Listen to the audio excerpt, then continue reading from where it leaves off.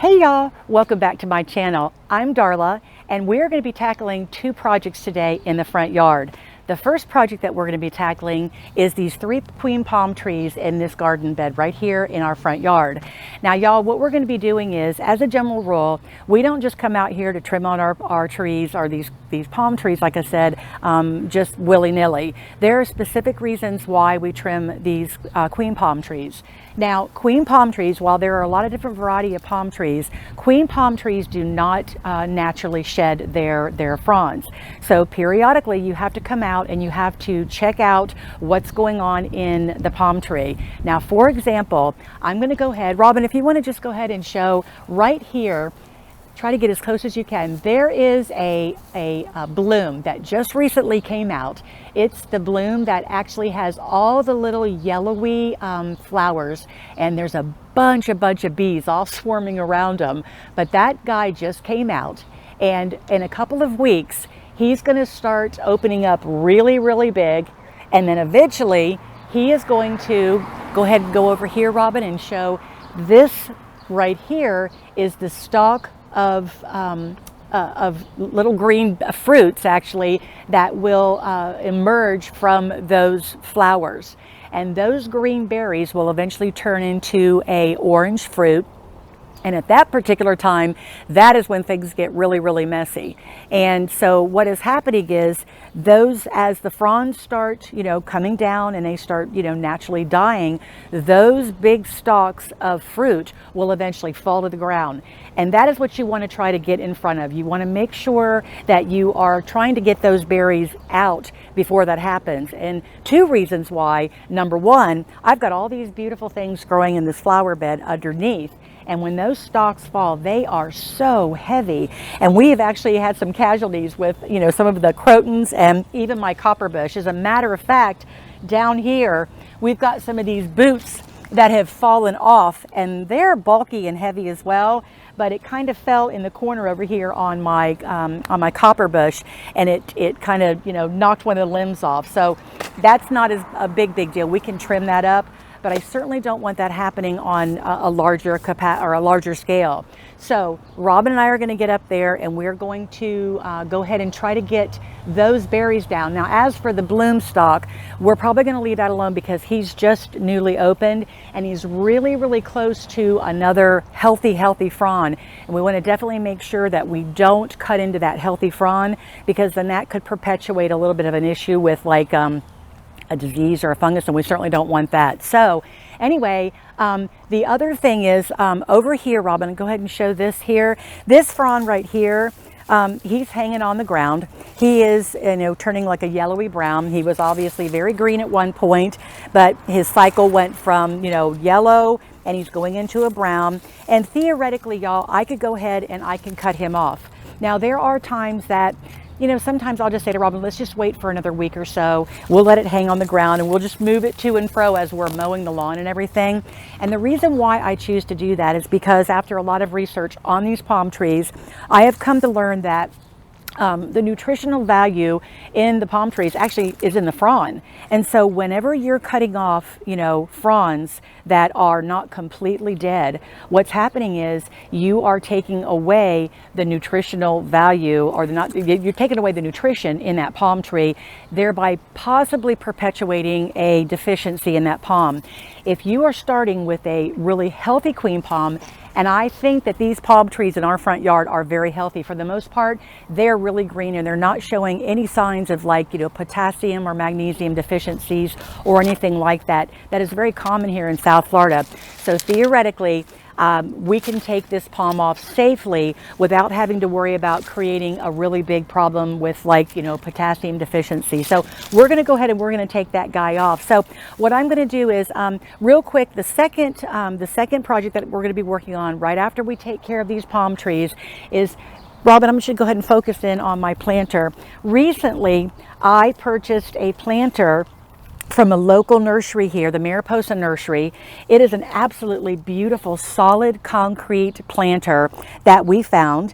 And I thought it would be a really pretty, this would be a really pretty place to put it in this bed. If y'all remember back about 6-7 months ago, we had a water feature that was right here, with a little pineapple on the top. We relocated it to our walkway area, and I'm loving it there. It looks really nice, but it was significantly lower, and you really couldn't see it very well.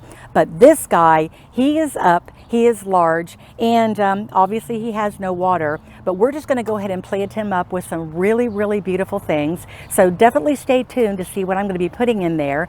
But in the meantime, I'm going to go ahead and get Robin to get out the all the equipment that we need to go ahead and start tackling these palm trees. So let's go ahead and get started with that.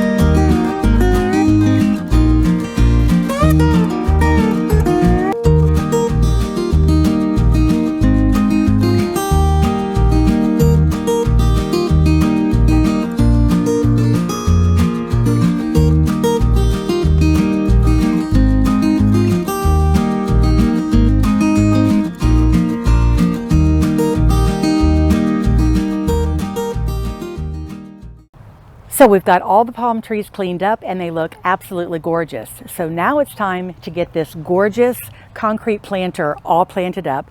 But before I do that, y'all, I want to show you the things that I'm going to be putting in there. For starters, I'm going to be putting in these gorgeous variegated pothos. What I'm planning on doing with these guys is I'm going to take and I'm going to put it all around the edges of the planter, all around the outside edges. And then what I'm going to do is I'm going to go ahead and leave the center of the planter open, because I'm going to be planting up some beautiful, beautiful Caladium bulbs. I just recently got my order in from the Happiness Farms. It's a Caladium farm here, actually in Florida. It's actually in Lake Placid, and I got just a ginormous box of these Caladiums, and I am really anxious to start getting them planted all up. These Caladiums are just beautiful absolutely anywhere, y'all. They grow in containers, they grow in your landscape, and obviously I'm going to be putting them in to this beautiful concrete planter. So with that center open, I'm going to be going ahead and I'm going to be putting them down in the center. Now the ones that I'm going to be using, I chose were called Gingerland, and they basically are just a very pretty, they're green and they're creamy white, and they got splashes of red in them. They're absolutely gorgeous, and I thought they would be just a perfect complement to these gorgeous pothos. And this should be the perfect spot to actually plant them in, because this whole area gets a dappling light all day long. And so these guys take anywhere from a full sun to a full shade. So we're going to split the difference and go right in the middle. But before we go ahead and get started with planting all of these up, y'all, I want to bring you a little bit closer into the planter, and I want to show you something that I'm going to do. Robin, I'm going to have you come on in here with this planter. I'm going to come over here.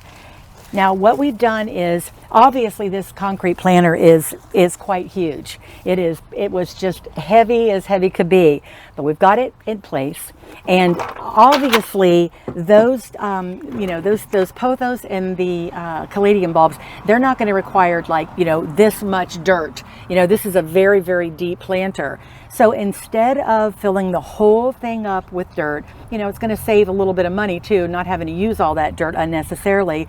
Robin went ahead and he got me a 5-gallon bucket. This is just a 5-gallon bucket we just had, laying around, and he cut the top of it off. Probably, I don't know, Robin, would you say maybe 2 inches of it or something like that? He cut the rim off for me, and it absolutely, I'm going to have you come closer if you can, honey, and just, you can see the depth down inside. And like I said, it's quite deep. And so we're going to go ahead and just place this down inside of here. Now, if you can see, I'm also holding a drip. It's a drip irrigation line that I remembered to actually run. the containers that I had over in the walkway, I had forgot to run the drip irrigation over there, and so needless to say, it was like, I've got it running on the outside. But anyway, I did remember to go ahead and run the drip irrigation up through the drainage hole in this planter. But what we're going to do is, again, like I said, we have holes. I have 4 holes that are drilled into the bottom of this 5-gallon bucket, and then we put a hole right in the center. So what I'm going to do is I'm going to go ahead and I'm going to just run this right up into, or right through the center here, and I'm going to go ahead and pull it out. I'm going to stick this 5-gallon bucket down inside here like this. And now I'm going to be able to fill this guy up with dirt and plant all the plants that we talked about. So without further ado, let's go ahead and get all of these beautiful plants all planted up. And then what we'll do is we'll come back and we'll take a look at just how gorgeous they look, with the exception of the bulbs, actually, because they won't be up yet, but they are going to be absolutely stunning. So let's go ahead and get this stuff all planted up.